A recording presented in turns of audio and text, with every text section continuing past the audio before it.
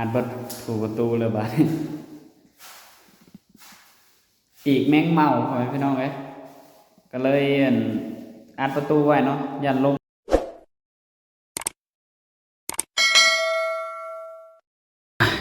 กราบสบายดีเนาะพ่อแม่พี่น้องทั้งเมืองลาวฝั่งไทยทางต่างประเทศเนาะมื้อนี้ก็มามาพอกับน้องทงอีกแล้วเนาะพ่อแม่พี่น้อง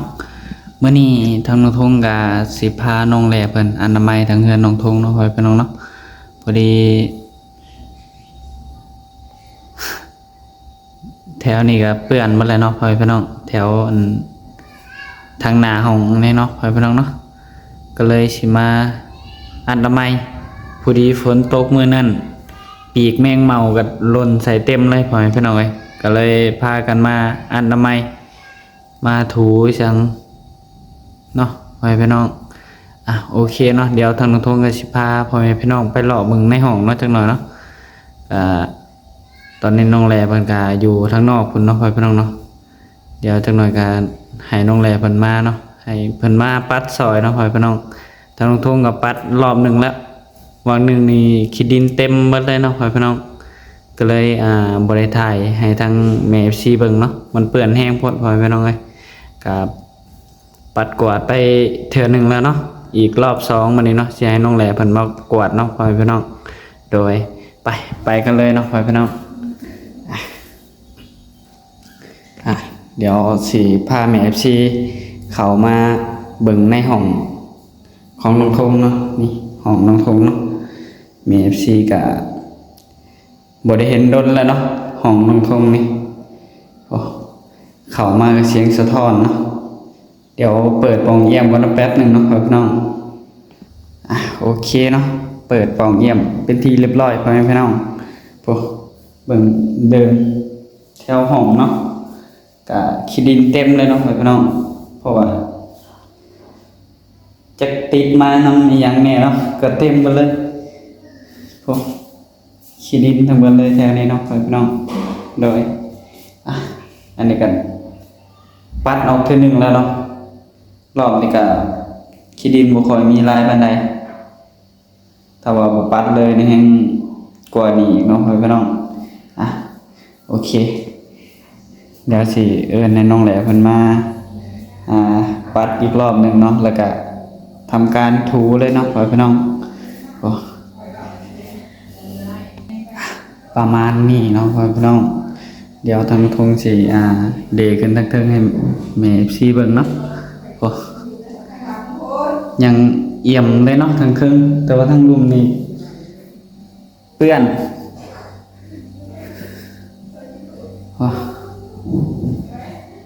ช่วงฝนตกเนาะก็ลังกะสีหยาดลงใส่อันนี้เนาะพี่น้องแตกเลยนี่พากระดานอันนี้เนาะแตกเลยฝนตกฝนหยิบใส่ ฝนหยิบใส่เมนบ่ห้อยผลบ่นะหรือว่าห้อยยังห้อยด่างๆนะเป็นแบบเม็ดฝนมันหยาบใส่ก็เลยแบบห้อยมันซ้ำหน่อยนึงช่วงฝนตกกะล้นแล้วเนาะพี่น้องอันนี้บ่ฮู้ว่าฝนตกอีกบาดนี้สิจังไดเนาะสิซึมลงมาฮอดพี่บ่รู้ว่าจังไดเนาะบ่ฮู้ว่าลังกะสีมันหัวแถวใดพี่น้องเอ้ยเอาสบายดีน้องแหละสบายดีมื้อนี้แม่ครัวแหละเพิ่นมาอนามัยในเรือนนี่มันแม่บ้านแม่ครัวแม่ครัวคืออีแม่บ่น้องแหละแม่มีแต่อีแม่แหละเฮ็ดกินแซ่บนะฮะน้องแหละนี่เฮ็ดกินเป็นอยู่บ่น้องแหละก็พอได้อยู่เฮ็ดได้อยู่พอได้เลยพอได้เนี่ยพอได้ทอดไข่บ่จ๊ะน้องแหละบ่น้องเขือก็เป็นอยู่ได้โหเจ้ามะเขือก็เป็นอีก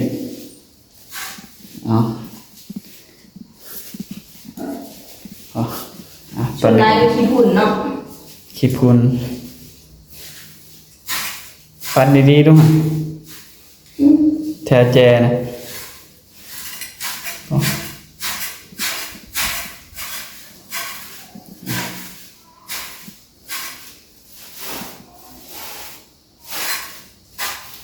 หมองปลั๊กไฟนะปัดในดูฮะ นี่บ่ นั่นแหละมีแต่ยายแมงมุมจักมาได้ทางใด มันก็มาแล้วแมงมุมนั่นแหละ แมงมุมเนี่ยจักมาได้ทางใดคือว่าอันประตูก็คือข้างนี้อ้าวลมอ้าวลมไปคือเก่า เปิดอัดประตูทั้งหมด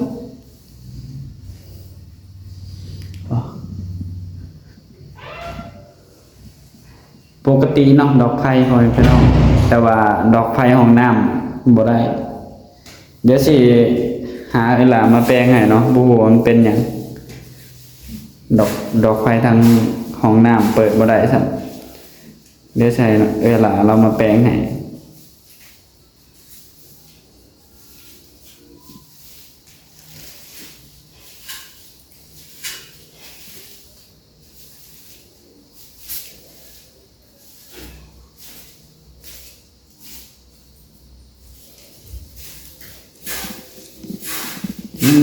เอาโค้งมันโค้งมาอยู่ในห้อง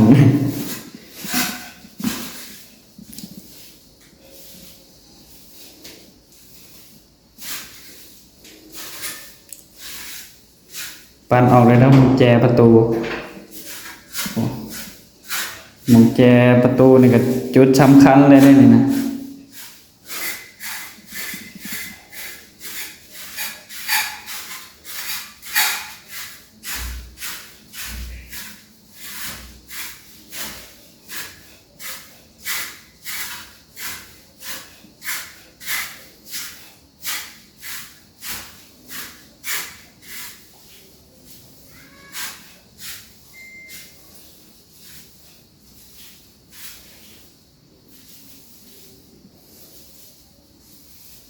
ปิวปิว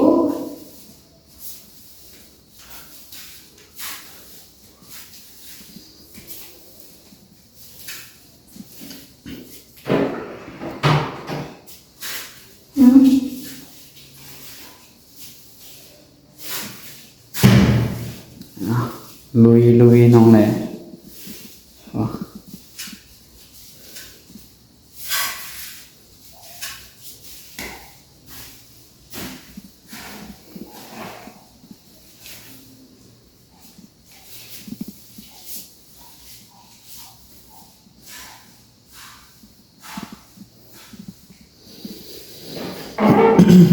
อ่ะอ่านประตูทางนี้ก่อนมา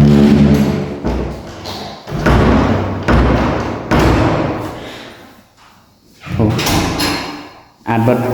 ตูเลยบ้าดปีกแมงเมาขอให้พี่น้องก็เลยอ่านประตูไว้เนาะยันลมผัดเพราะว่าปีกแมงเมามันเบาเนาะถึกลมหน่อยหนึ่งกับปิวแหว่นไปเลยตอนนี้ก็น้องแหล่เพิ่นทำการปัดไปเบิดเลยนี่โอ้ลวดกับบ่ยังปัดถิ่มไปเบิดเลย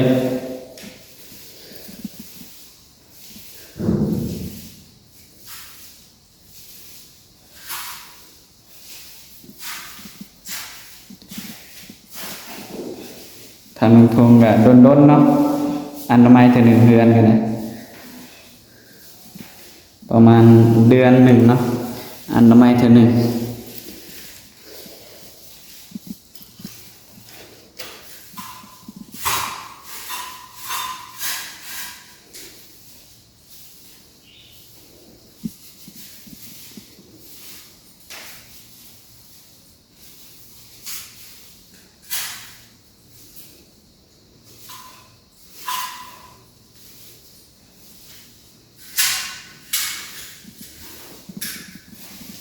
อยู่แจตู้เย็นนะก็ปัดออกโอ้มีแต่ปีกแมงเมาเนาะอยู่แจตู้เย็นนี่เต็มเลยปีกแมงเมาเอาได้เวลาไขประตูแล้วมั้งน้องแหละ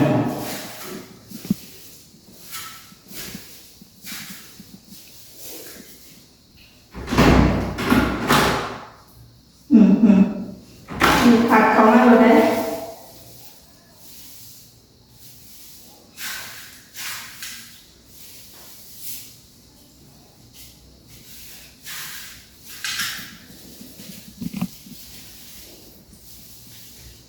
ปัดปัดไปให้มันวิดก่อนเดี๋ยวมันก็ปลิวเข้ามาอีกตอนนี้ก็ปัดเรียบร้อยเนาะพี่น้องเดี๋ยวจะให้น้องแหล่เพิ่นมาลำอีกรอบหนึ่งเนาะให้มันกินเกลี้ยงก่อนเนาะจึงถู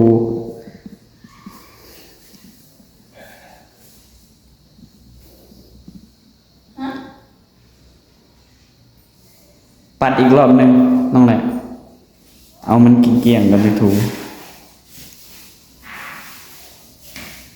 พี่มาเริ่มปัดเริ่มใหม่เลยเดี๋ยว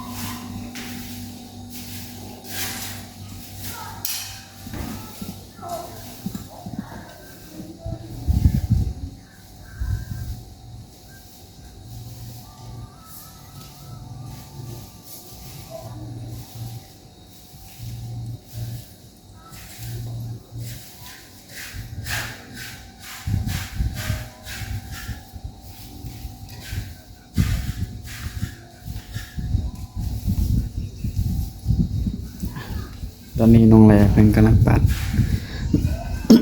โอ้ยเจ็บคอว่ะอ่ะโอเคบาดนี้เนาะถือว่าปัดเรียบร้อยเนาะพี่น้องเดี๋ยวสิเริ่มทูจากห้องก่อนเนาะอ่ะโอเคเนาะพี่น้องตอนนี้ก็เอาถังใส่น้ำแล้วก็ใส่น้ำยาเรียบร้อยเนาะพี่น้องเป็นพองเต็มเลยอ่ะโอเคเดี๋ยวสิย่อเข้าไปกับน้องแหลมก่อนสบายดีเนาะพี่น้องตอนนี้ก็เดี๋ยวทางลุงทูสิเปลี่ยนน้องแหลมเพิ่นว่าเปลี่ยนน้องแหลมทูก่อนบัดนี้พี่น้องเอ้ยดูเลยให้น้องแหลมจับกล้องรอบนี้เนาะ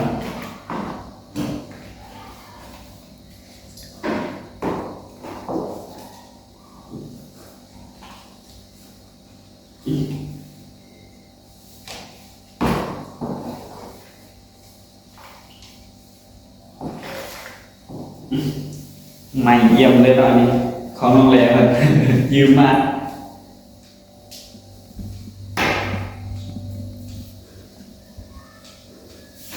ไม่นั่นแหละเต็งไว้บัดนี้ แบบนี้เนาะ อืม สอนแน่โบเป็นแน่นอนเลยบ่เคยถูก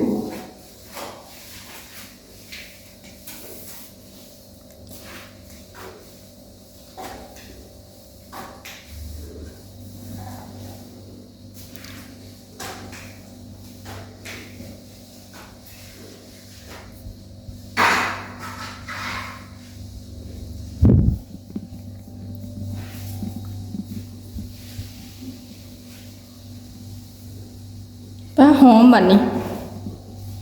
อ๋อ แม่น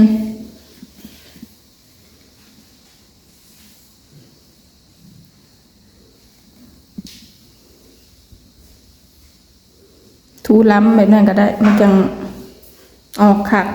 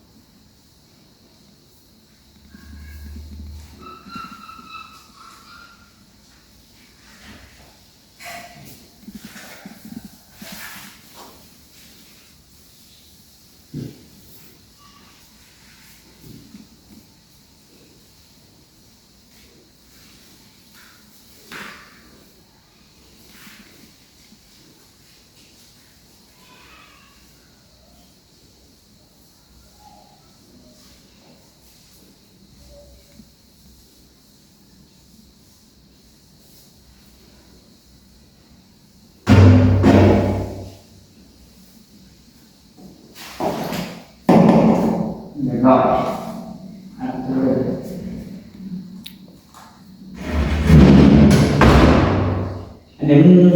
อย่างนี้อีกครั้งหนึ่งเนาะถูทั้งคืนเลยหาสารอะไรเนาะมาแปลงให้มันกลัวมันหยิงเนาะถูลูกแก่แต่เรื่องกันทางใดไปหน่อย ทั้งถูมาถูทางนอกวันนี้พี่น้อง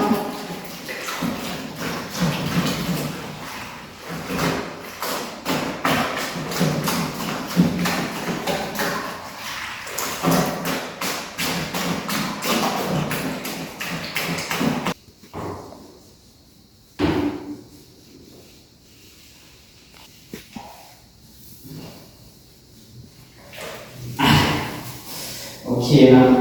เดี๋ยวสิทูอีก2-3 บาทแชร์ห้องเลยเปลี่ยนนะ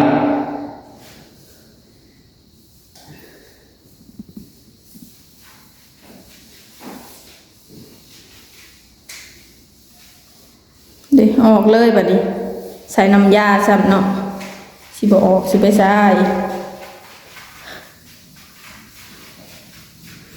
บางอันมันติดดนมันก็สิบ่ออกถูเย็นๆถูลำไปลำมาให้มันออกเลย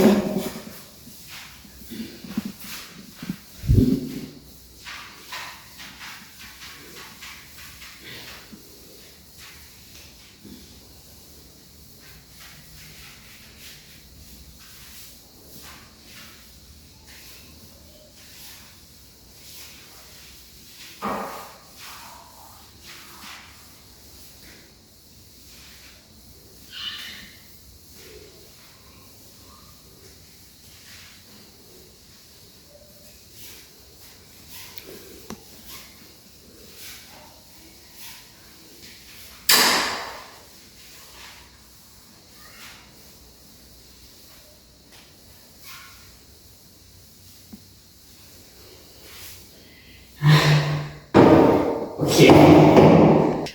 โอเคเนาะตอนนี้ก็ทางลุงพงก็